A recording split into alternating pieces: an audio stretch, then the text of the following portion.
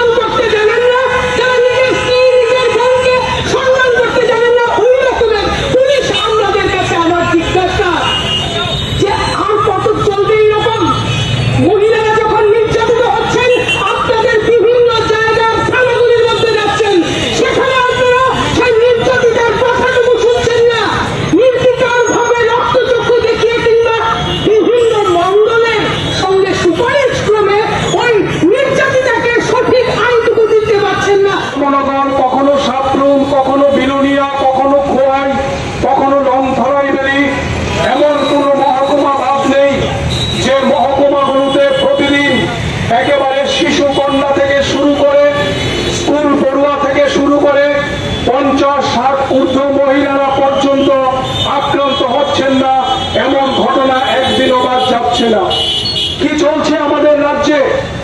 আমরা দেখছি যে বিজেপির শাসনে শুধুমাত্র আমাদের ত্রিপুরা রাজ্য না, গোটা ভারতবর্ষ জুড়ে মহিলাদের উপর নির্যাতনের ঘটনা বাড়ছে। আমরা শুনেছিলাম ভারতবর্ষের প্রধানমন্ত্রীর কণ্ঠে স্লোগান বেটি বাঁচাও বেটি পড়াও, কিন্তু সেই বেটি বাঁচাও বেটি পড়াও স্লোগানের আড়ালে আজকে মহিলাদের নিরাপত্তা কোন জায়গায় এসে দাঁড়িয়েছে? গত কয়েকদিনের পত্র পত্রিকায় যারা চোখ রাখেন নিশ্চয়ই আপনারা প্রত্যক্ষ করবেন। আমি শুধুমাত্র একটা পরিসংখ্যান আপনাদের সামনে তুলে ধরতে চাই। গত মার্চ মাস থেকে সেপ্টেম্বর মাস, এই 6 মাস সময়ের মধ্যে আমাদের ত্রিপুরা রাজ্যের থানাগুলোতে 1293টি মহিলাদের উপর নির্যাতনের ঘটনা লিপিবদ্ধ হয়েছে।